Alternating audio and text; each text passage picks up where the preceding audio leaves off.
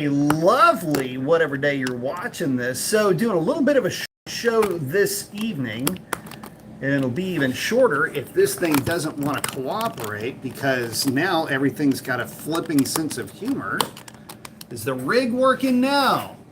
Oh wow. Live shows. You never know what you're going to get. Anyway, welcome. If it's your first time, you probably have already clicked off. Anyway, guys, look, doing a bit of a short show tonight. Couple of reasons for that. Feel like dealing with late stage Mopar at this stage of the game. Hey, look, with the cringeworthy Hornet advertisements and really with Dodge playing to all of their weaknesses, which is just one of the more weird and frustrating things, I'm having a really hard time understanding where Dodge is truly going to wind up. It's looking more and more like the offerings that are coming in terms of vehicles, cars in this case, the ones that you're going to get excited about, guys, it looks like those seem really sophomoric. It's like they're phoning it in. I don't see any kind of excitement coming from the brand whatsoever that would give me any pause or reason for hope. And it's one of those types of problems that really has been getting underneath my skin. You know, the issue that I see is that, well, they're aimless. Marketing is absolutely terrible on their end, especially when it comes to getting after and pandering to their core audience, that 35 to 75 group that seems to be the average age running that are purchasing those cars. And here's the thing, they're not making cars for their core group, but they're also not making cars for the hot rod guys that are in their early to mid 20s to mid to late 30s.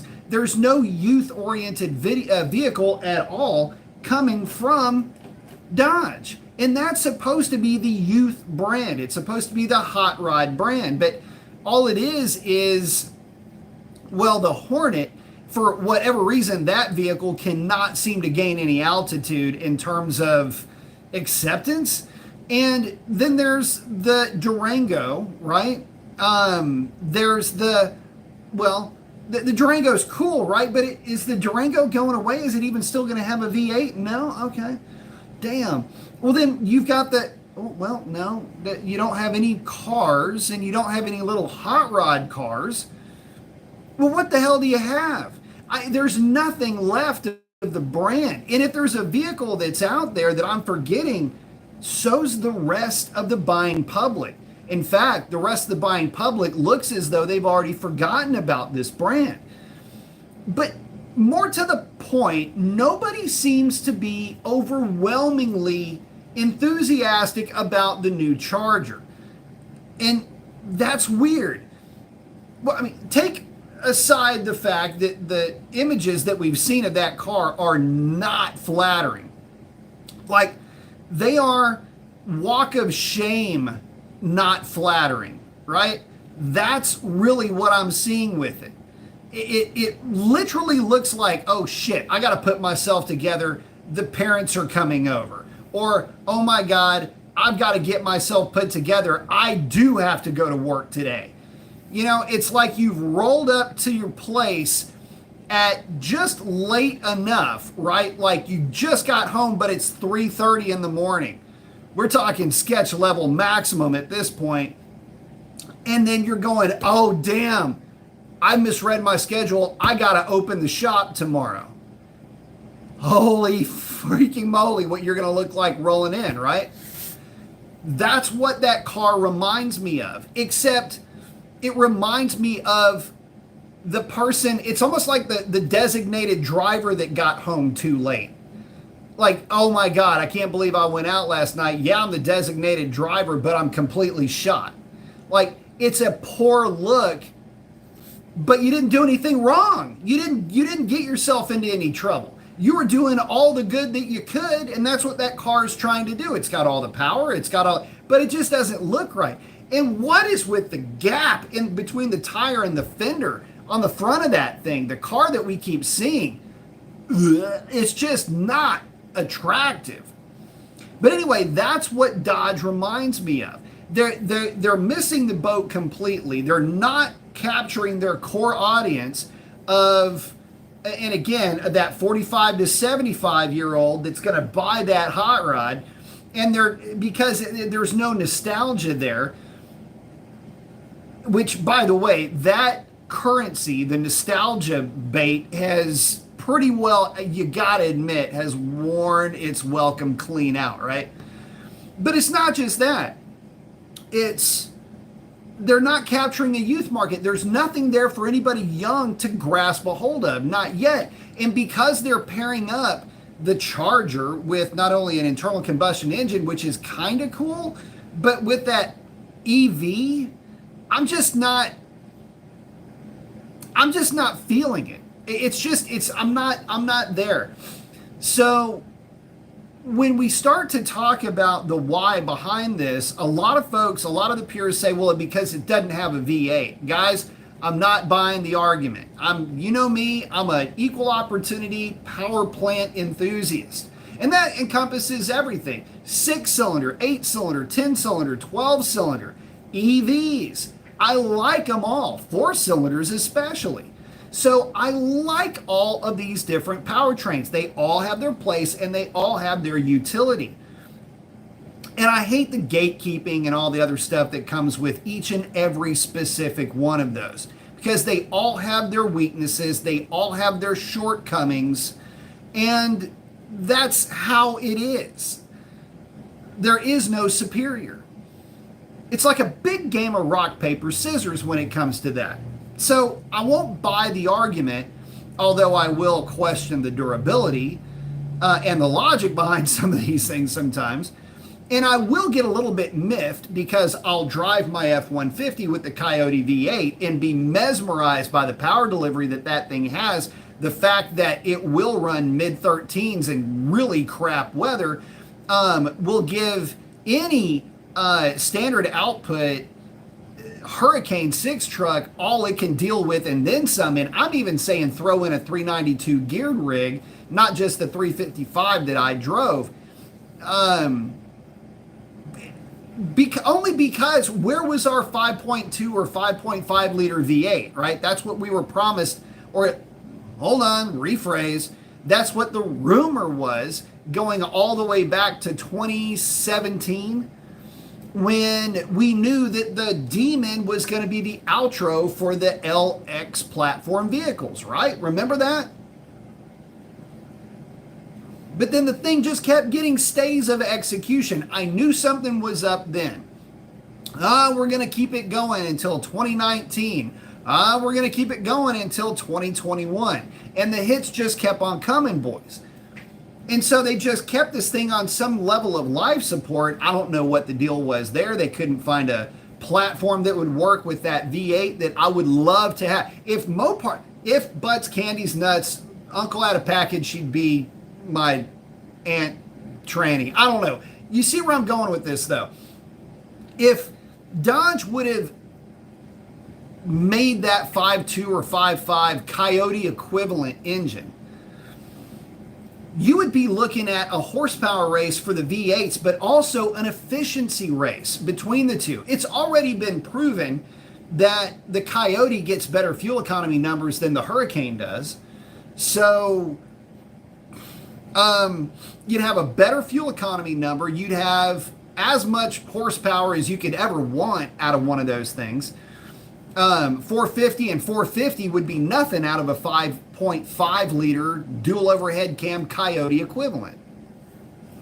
So they completely missed the ball there, which means that they now cannot capture the elders that would be buying that car, which is a shame because that's really all they've been pandering to. But with the Hurricane 6, there's nothing to tie in the Cold War kids, guys like me, who, our first memories are, starting to develop in the 1980s. When you start talking about us, we're looking for stuff that matches up with the Conquest. There's a whole host of vehicles that you could throw into this. The Conquest, the Talon, the Sprint, or the Spirit rather, the 600. There's a whole list of little kind of 4-cylinder and 6-cylinder hot rods. Of course, the 300ZX, the Grand National, the Typhoon, the Cyclone, the Stealth. Golly, the hits just keep on coming, right? SRT4 for some of these guys, which, by the way, in its own way is one of the spookiest cars. Don't ever mess with one. You might not lose, but you might get humbled by it. Anyway, there's a lot of Cold War kids that would have really gravitated towards that Hurricane 6 if only given an opportunity to have a car that would be theirs and not another regurgitation of this literally ancient at this stage of the game platform. I mean, they keep going back to this nostalgia thing. Guys, I tell you this, but those that would be most affected by that nostalgia are gone. I mean, we're talking about a nostalgia that predates any of the Cold War kids by 10 years and or more, and those Cold War kids are in their mid-40s or mid-50s. So that's the problem that Dodge has. They have a complete and total identity crisis. And maybe that's really better how I should have labeled this video. But there's this complete disconnect, this divorcing from the reality of their core buying group. And let me also remind you guys that Dodge does not have the same buying demographic that Ford does with the Mustang. Mustang has a lot of chicks that are buying that car. Dodge is much more male oriented. They always kind of sort of have been. And so because of that, that's really where you're missing the boat. And see, one of the funny things that Ford has done as a nostalgia point is that they've never stopped making the same car that they started making in 2005. I want you to think about that for just a second. In 2005, Ford released the Mustang GT, and it was patterned after a 1969 Mustang. Fast forward to 2024, and for nearly 20 years, the same car is being made. Now, there have been some minor cosmetic changes. And if you really want to get, picky, you can say, well, the newer car is really more like a 1970 versus okay, look. No, I don't care about the details. The reality is it's still a nostalgia-based car. Except they did one thing overwhelmingly well. And that is that they kept the car inexpensive. They kept the car fresh with regular updates, not just, a paint color change or something like that. No, the engine was regularly updated. It went from a 4.63 valve to the Coyote engine. And then for every iteration past that of the Coyote, you also had a turbo 4-cylinder, which is extremely cool. That's a shoot back to the SVO days, Cold War kids, and a lot of guys like that. They had a V6 variant, which did extremely well. It was a performance-orientated vehicle. The point of all of this is that you had a product that would really kind of bridge the gap. And because it was a Mustang and a smaller car, it was more attractive to female buyers. And now you've opened yourself up to many more folks that would want that particular car. Is the video kind of sketchy? What's up with this? This thing's kind of jumpy on my side. What does this button do? Oh, I don't know what just happened. Anyway, this thing is kind of jumpy on my end. Let me know if this thing is coming in botched up on your side. Which I'll bet you it is. Is this thing even still live? Maybe it is. I don't know. Anyway, y'all chime in. Let me know if this feed just turned to garbage. It looks like it might have.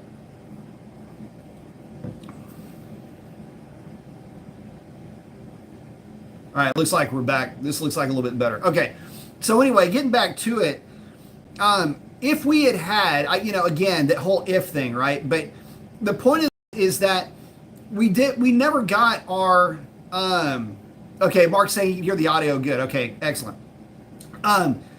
This is just a background noise generator anyway. I mean, I could be a blank screen, I think, and it would probably work better. Anyway, getting back to it, the thing is that Dodge never gave us that new platform.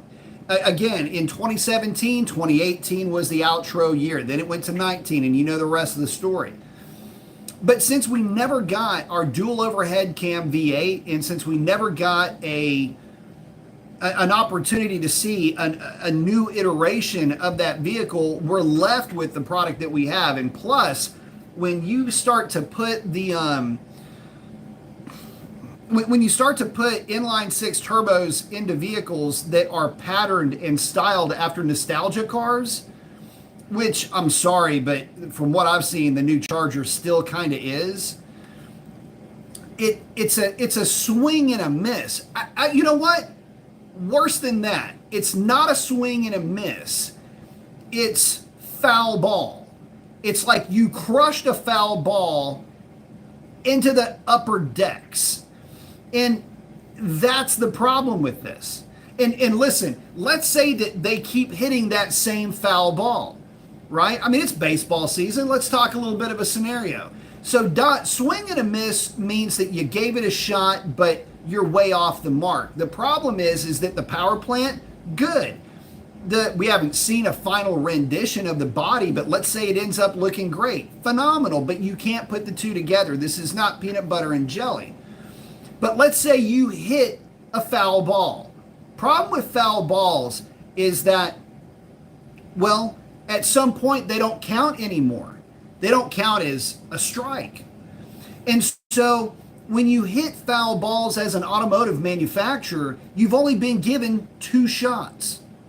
After that, pitchers throwing balls, you're dinging them, but they're not in play. Eventually, 2-seamer, baby.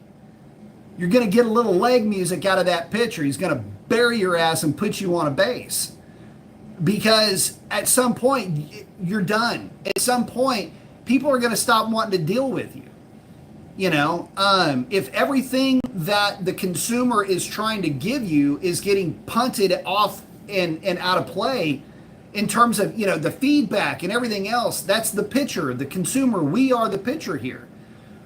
And they keep knocking foul balls out of everywhere, but it's like all the effort, but they're not listening. At some point, you got to check out. We got to deal with somebody else who's got to make it to the plate. And the problem is, once you ding that guy, he's out. And he's out of sight, out of mind is where I'm going with that. So I guess, you know, again, complaining about this will not make the problem go away. Number one, illustrating this is not going to make the problem go away. We can talk about this until we're all sick and tired of talking about it. But the reality is that the longer that this issue remains in play, whereas they're not playing and they're not pandering to their buying public, that's when all of this is going to really turn sour. And how this has continuously turned sour for them leading up to this. Yeah, the whole Stellantis thing and all of that, like, I understand the why behind it, but just like anything else, I don't care about the why behind the problem. I want to know about the solution. So anyway, let me check in with you guys. Sorry about the feed there. What time we got? We're coming up on 9. So we got a short show this evening, so I'm just going to give you guys some shout outs. Kool-Aid is in. First in. Mark is in. Long time no talk. Saying he's still alive. The RT, on the other hand, needs a lot of TLC. I understand. DM's got the cadence right. Got the flex with the bald guy in the shades. I like it. Brent is in. Hello, my friend. No Av. What's up, my bro? Kool-Aid saying they're phoning it in. It's a collect call. Yeah, that's what it feels like, doesn't it? Brent saying Dodge has done it. It's sad. I agree. They're saying, good evening, everyone. Good evening, Eric. Good to see you, my bud. Brent's hanging in with Eric. Very cool. Thank you for stopping by, my friend. Mark's saying that Hemi's got the axe and Dodge's fan base is getting that same axe. Should have been doing R&D on a V8 that won't have the EPA breathing down their necks. Guys, listen, you've already seen the videos. TFL, I get it. I know what they were showing with the trucks. I got my own 2 cents to put in on that, but that'll be for another video. But they did the fuel economy test. Which one won? Yeah, it was the V8. So somehow or another, I'm not surprised. Eric's hanging out with Brent. Very cool. 6-2 saying, well, Dodge is about to get back to 75 to 05, talking about the years where there was just really nothing out there. 74 was the last year for the Challenger. There was the Aspen RT. There were some good efforts. There was the Little Red Express and the Warlock, which were 2 very hot-rodded pickup trucks, which were cheeky. And this is where the whole Ram thing and all of that really kind of gets underneath my skin, because they can still do that. They can still build a hot rod, and they won't. They can still build something cool, and they won't. You know, okay, so remember, I told you guys I went and drove the standard output. The truck that I drove apparently had 87 octane. It was probably bad 87 octane in it, because my Coyote stomped that freaking Hurricane 6 truck. It was not even funny. I did brake torque the Hurricane 6 to about 13 or 1500 RPM, gave it a little bit of a chance. I didn't stand on it and brake torque the piss out of it and hang the thing on the converter like the boys did on TFL. But that being said, it's racer's discretion at that point. Anyway, doesn't really matter. The end result, the draggy result, was the same. But you know what they don't make? They don't make an HO version of that truck in like a tradesman. Like, I want a tradesman with the HO engine. Can't do that. The RHO, or whatever the thing is the only truck that you can get that is under $80,000 with the high output version of that engine in it. Bravo. Bravo. Help me to understand that. So I guess the point here is that if you wanted to get a Lone Star or a long neck version, whatever it is outside of Texas, Longhorn, if you wanted to get one of those trucks, that trim level with the HO, you can't get it. You got to get whatever the tungsten package or whatever that is, that's the cheapest outside of the other truck, which is more or less a Rebel in essence. But if you wanted a street truck and you wanted the HO, that's the only way you can go. Okay. That's it. $80,000. I priced one, $81,000 and change. What? You got to be kidding me, bro. And listen, not for nothing. Okay, that's a lot of money, but it's a lot of power. If you've never driven anything with the HO inline 6, you're in for a treat. But statistically speaking, you will only be driving it. You won't be taking it home. They're just that dang expensive. Whereas, on the other hand, the option for the Ford, where Ford Racing Performance Parts, because they're run by enthusiasts and build hot rods for enthusiasts, that also seem to pass emissions just fine, mind you. They'll build you. You go buy whatever 4x4 pickup truck you want. They'll throw a blower on that thing. Instead of making 540 horsepower, it's making 700. Last I checked, hold on, carry the 2 divided by the square root of that. Yeah, 700 is more than 540. By a lot more. And so, not saying that Ford's better. I'm saying that could have been an option for the Ram. And the whole reason why I'm getting to this is because back in the day, the Little Red Express and the Warlock, that was Dodge's middle finger to the government, saying, oh, you have to have these restrictions and all this other stuff for, you know, like a Corvette or for a Mustang of the time. Well, you didn't have to have those restrictions on a truck. And this would have been another golden opportunity that's lost. Imagine that. By Ram and by default Dodge, right? Because how many of us still call them Dodge trucks? But it's a missed opportunity nonetheless, and that's the problem that I see. At no point has Dodge looked at this as an opportunity. And look, I'd have spent the money on the truck, boys, if they had it. And I drove my Ford up there, knowing that I could potentially be trading that thing in with as few miles as it had on one of those Hurricane 6 trucks, if it performed the way that the Wagoneer did with the HO engine. I mean, I figured it's less power, of course it is, but it's also a hell of a lot lighter vehicle. It wasn't nothing like that. Nothing like that. I came away from the experience kind of bummed out. So why don't they put the HO in a tradesman? Call it a Warlock, paint it black, give it some gold pinstriping, and get out there and wreck shop on fools. At least do something cool with it, for crying out loud.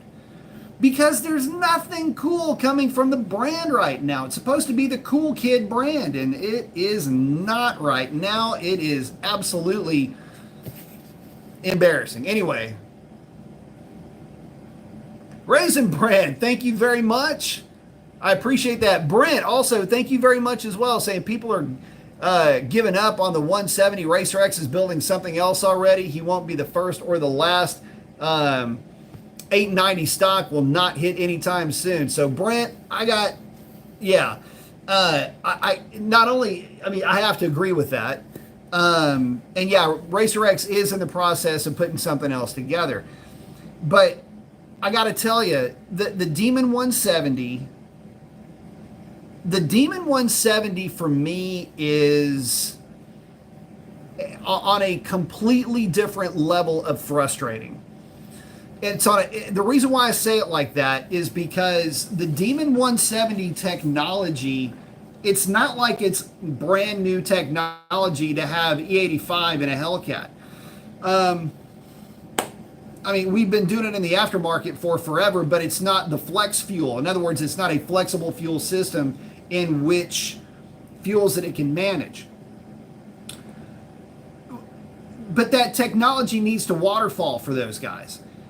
And it hadn't. More to the point, though, and this is like flexy finger, more to the point, the Hurricane doesn't have that technology, either one of them. And that, my friends, is criminal as far as I'm concerned. The fact that that engine is not a flex fuel engine is absolutely, positively the freaking pinnacle of stupidity for me. Like, it takes dumb and it takes stupid and it raises it to a level. I'll put it to you like this. I don't trust them. What do I mean by that? Okay, so you're asking a 3-liter making between 22 and 24 pounds of boost to get to 420 horsepower and 470 foot-pounds of torque. That's too much boost for that amount of power. When you have the 3.5 EcoBoost making, 400 and 500. 400 horsepower, 500 pound-feet of torque on one bar, which is 15 pounds of boost. So you're telling me that I need to put 50% more boost into the Hurricane to make only 20 more horsepower and less torque by 30 foot-pounds. And it's 30 cubic inches less displacement. What? That doesn't add up. Help me to understand that. Like they say, make it make sense. Make it make sense. All right, what's the 2.7? What's the 2.7? It's also at 1 bar. What is it? 320, 340 horse, whatever it is. But it's got tiny turbos. I'm just trying to understand where the logic comes from with that. But anyway, the fact that that vehicle is not flex fuel. Oh, and the HO making 540 on 29 pounds of boost. I think the 510 horse variant was at 27, 26, something like that. Are you kidding me?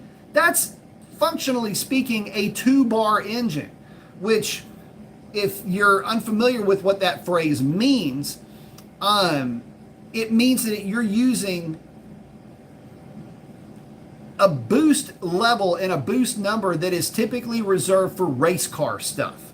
Like a 1 bar is up to about 15 pounds of boost, real common. That'll get you hauling ass reliably. You can run pump gas, you know, typical V8 build with guys that are really trying to eke out everything they can. But typically, you know, things start to change at about that 1 bar. You get into like 20 pounds of boost, something like that, you're going to want to be on the 85. That's usually how things go.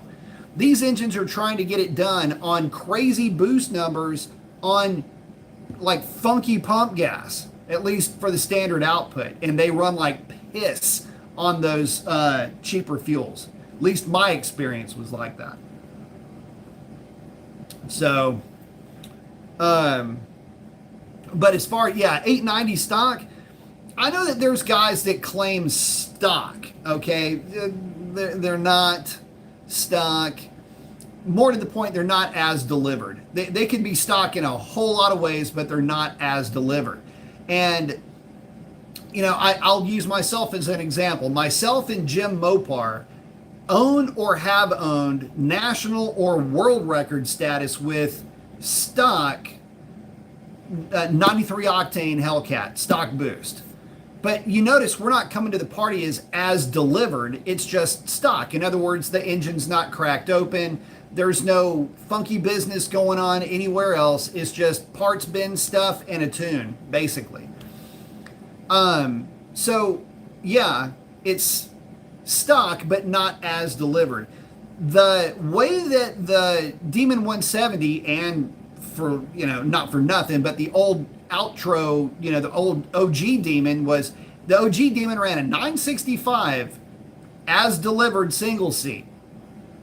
So you could do weight reduction with that car. You can remove the seat because you are correcting it to an as delivered vehicle that came from the factory with one seat. All good.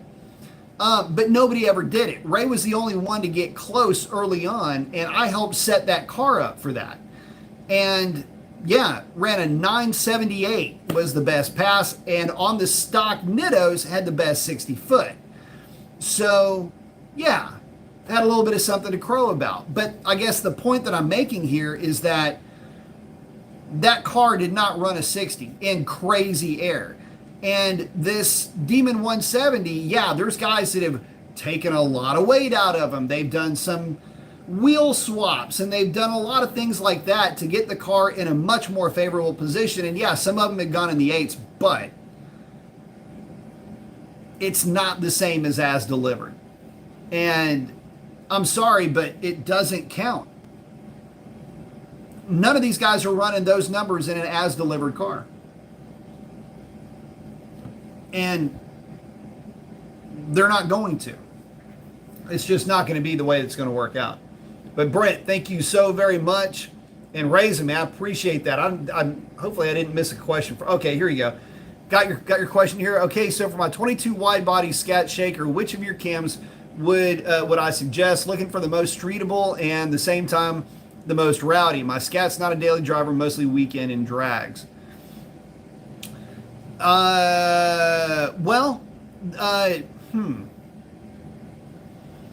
The most streetable, but the most rowdy.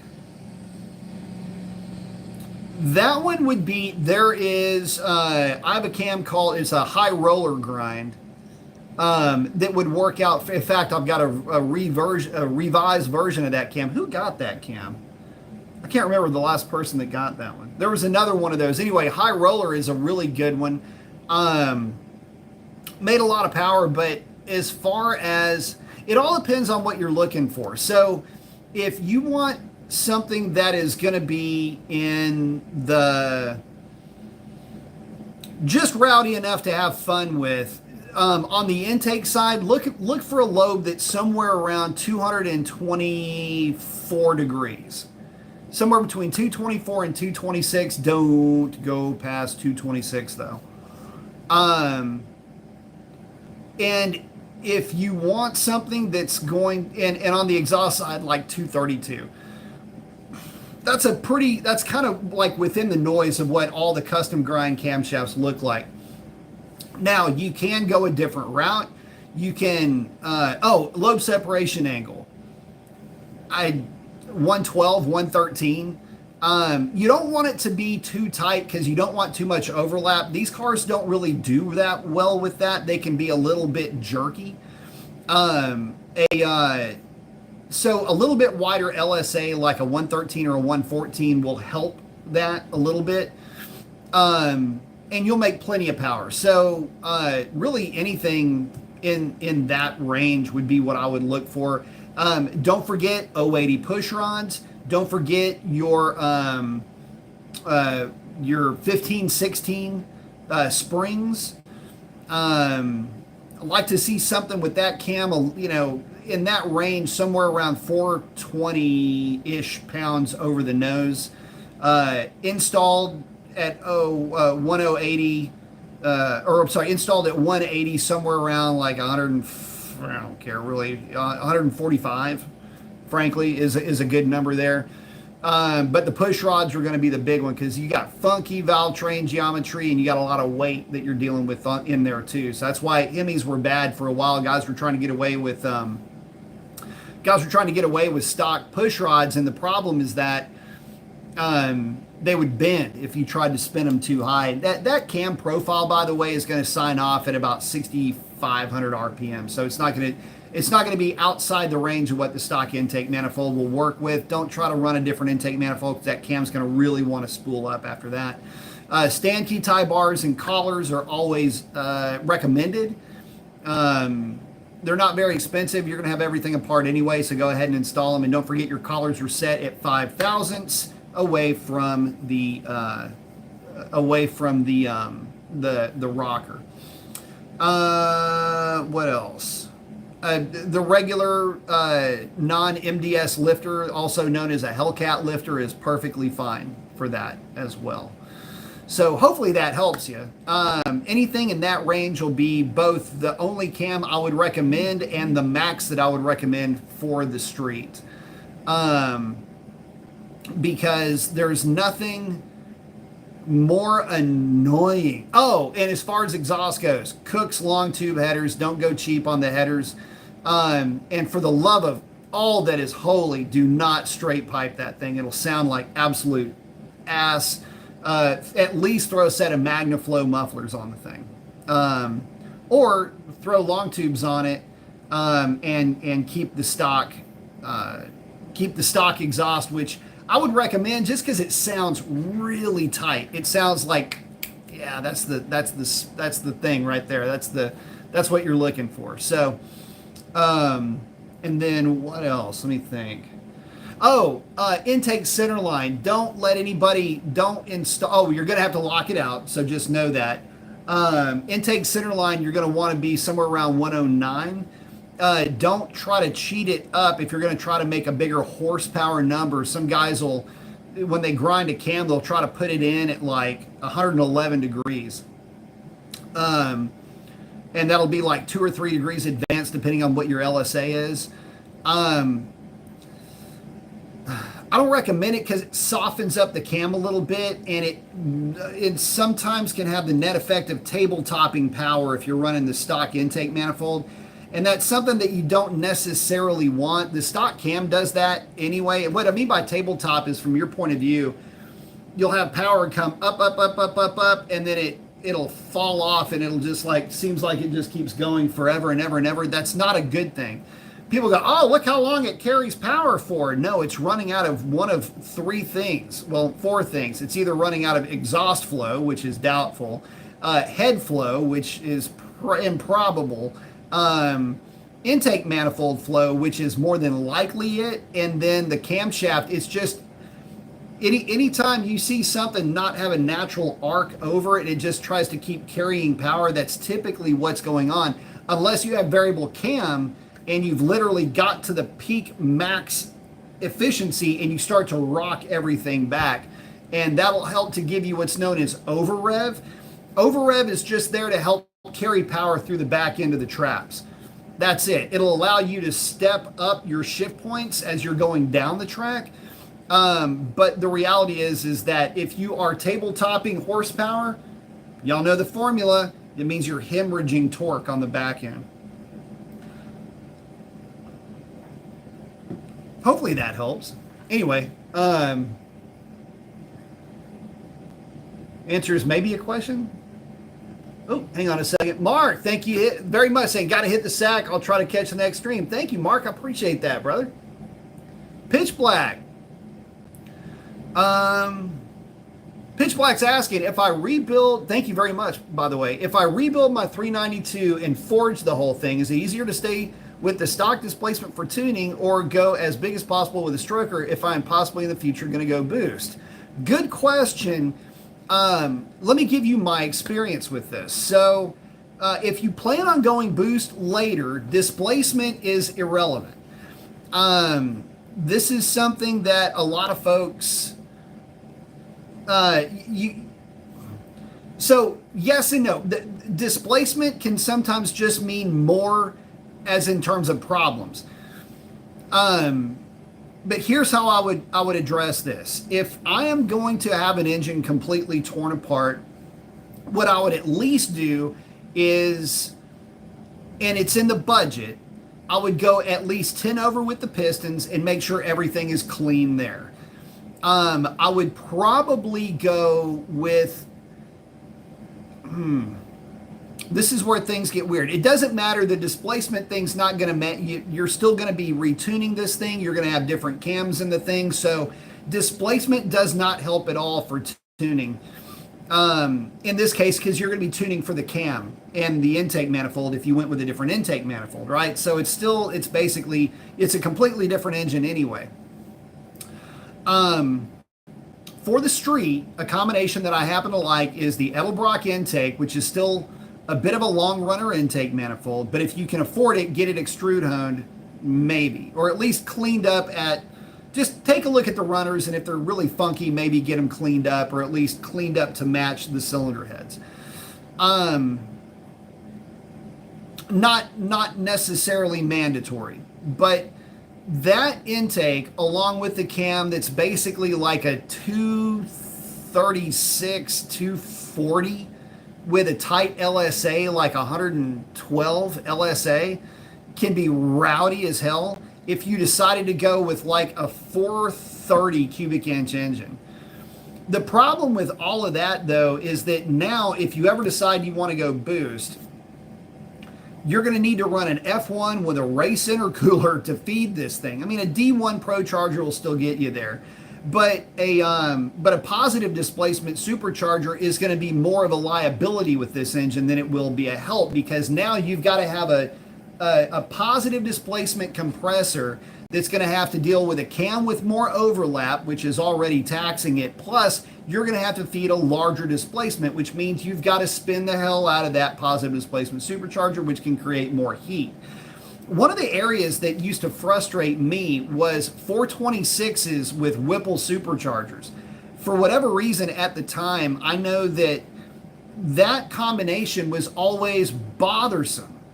But you would take the 6.2 liter with a very similar camshaft, and everything just was easier in general. But that's with a positive displacement supercharger. But when it comes to boost, if you want more power, you just kind of turn the wick up on the thing and you don't really worry about it, especially if you're on E85. So if you decided that you wanted to go that route, I would just say, look, leave it at 392, put a cam in it that's going to be friendly to whatever you want to do with it, but don't go big with the cam. Go small, like the Pites CD01 grind. That's my sniper cam. Something like that. You won't even notice there's a cam in there, but there is. And it really will start to make a difference once you start throwing boost at it, but you don't need converters for it. You don't need anything weird like that. Or go with the cam that I described earlier. It's just basically a sort of a roided up version of the sniper cam.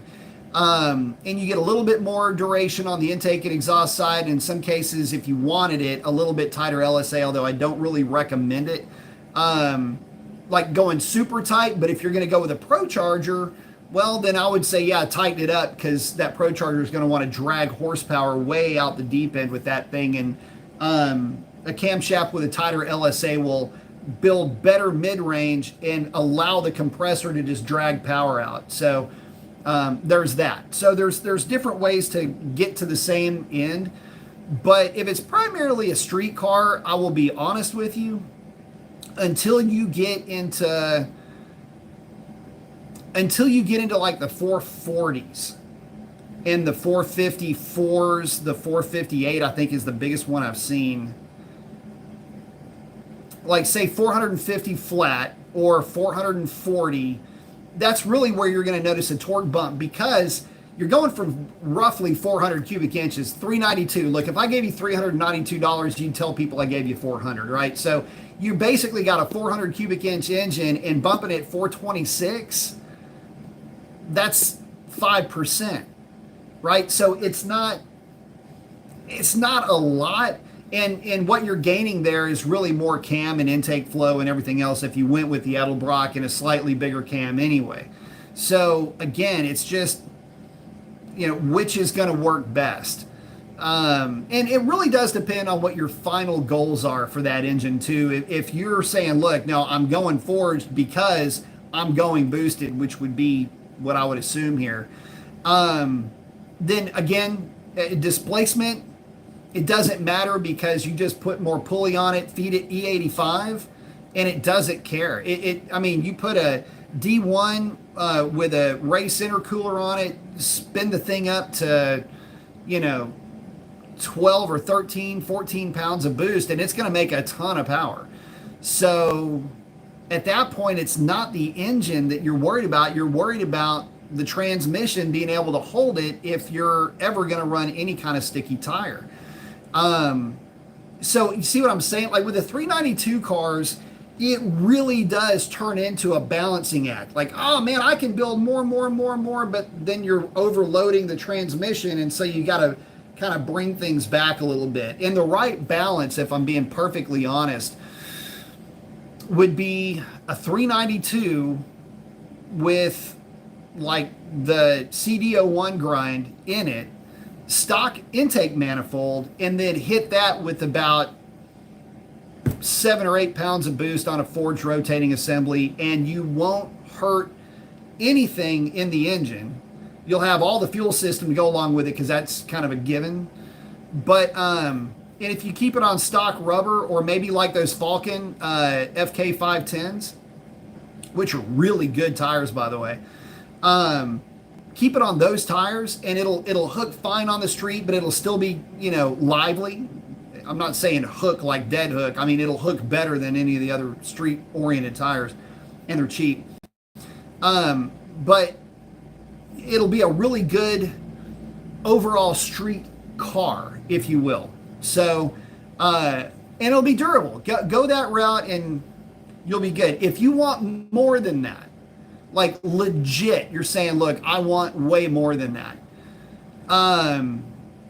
I'm sorry, but I would have to say get rid of everything that you were just thinking about, and you want to stay Mopar, get you a Hellcat, go with 3.0 upper pulley on it, run that thing on 93 octane, and then if you want to get, make sure you don't have any knock, throw some, I don't know, you get Sunoco GT 260 in the tank, or a little bit of Boostain, although I'm a little bit with Boostain. It works. Don't ever tune with it. Just after the car's done, completely done, then you can use it as an additive, just as an insurance policy. Never, ever, ever, ever, ever take your car to the dyno with that Boostain or with a with race gas in the tank.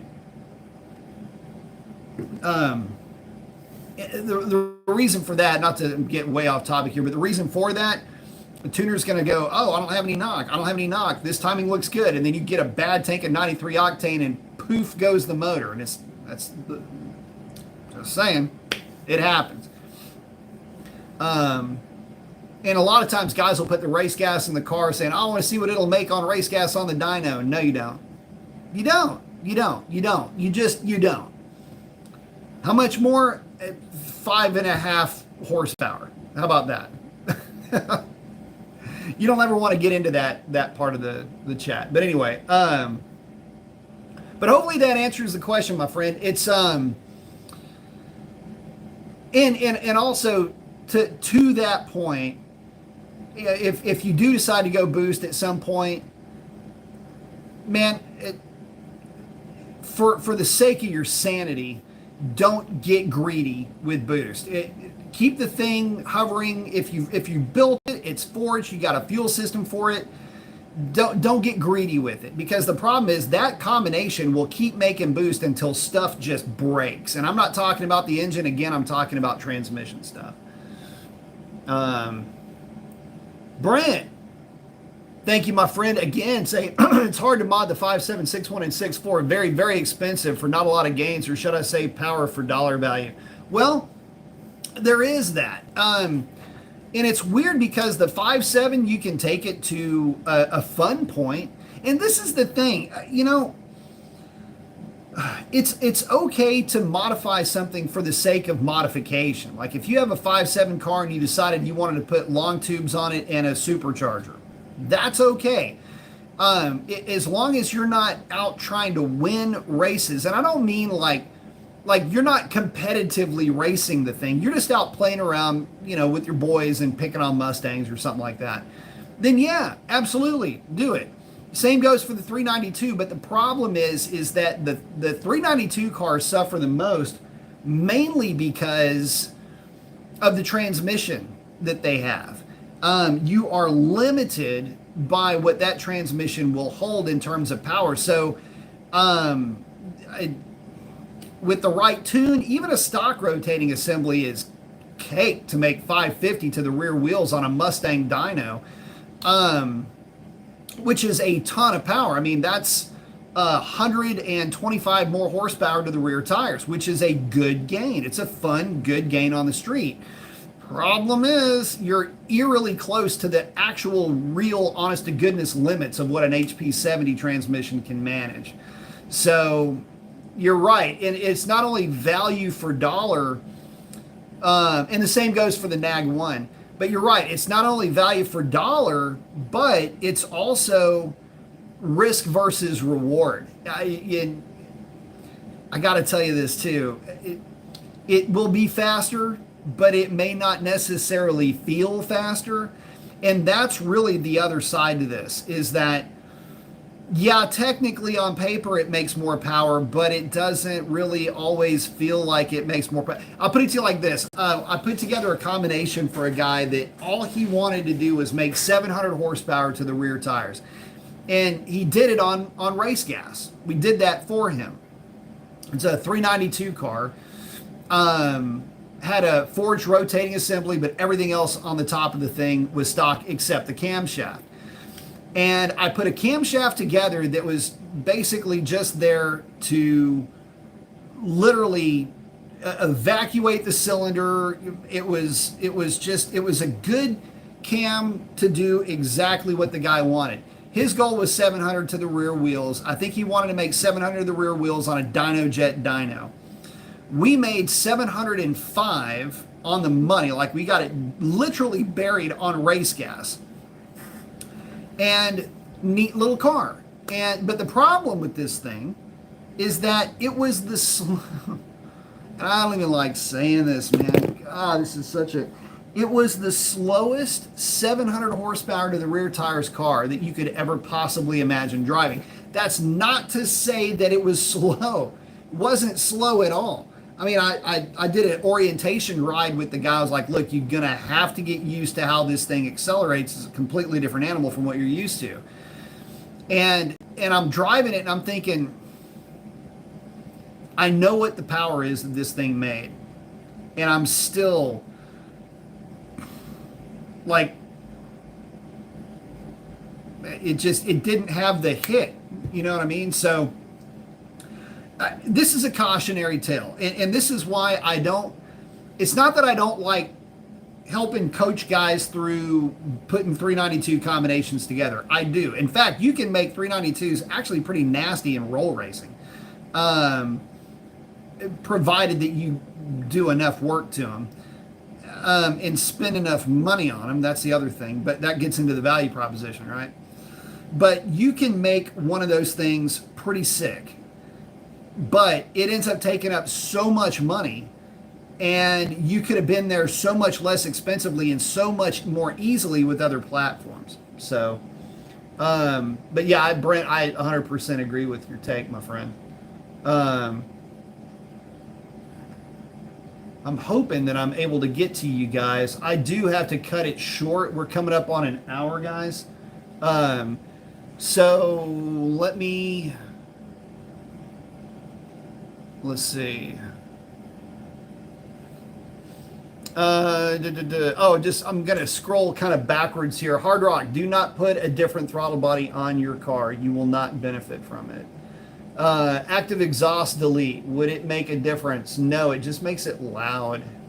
It doesn't add a richness either. It just makes it loud.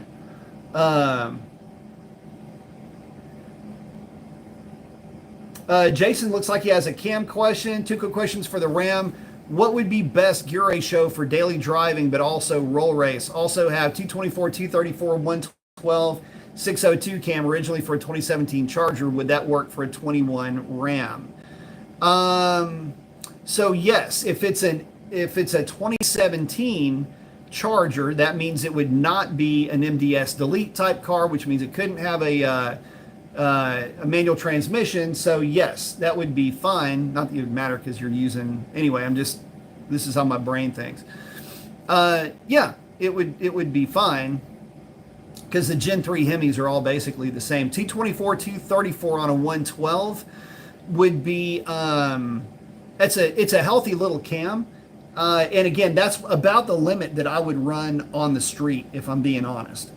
So it just, you get into the Hemis that you've got too much head flow, and not enough velocity. Now that cam would be a really cherry cam on a 6.1, but we're not talking about a 6.1. But that's about as much as I would run on any set of eagle headed combinations.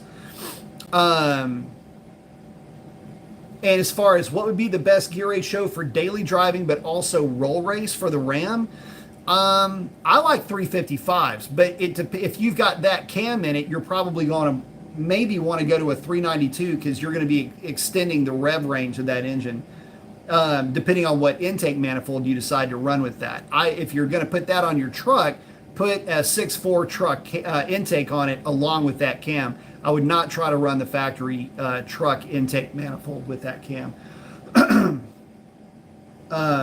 So hopefully I answered that question. I know it's kind of a jarbled up answer, but there's kind of a lot going on here. But stock for stock, I like the 355 a lot. You get a little bit of the both worlds. You can leg out a 55 a little bit better than you can a 392 on the big end.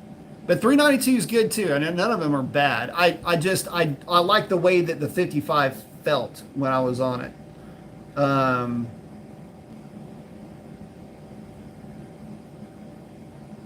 Let's see.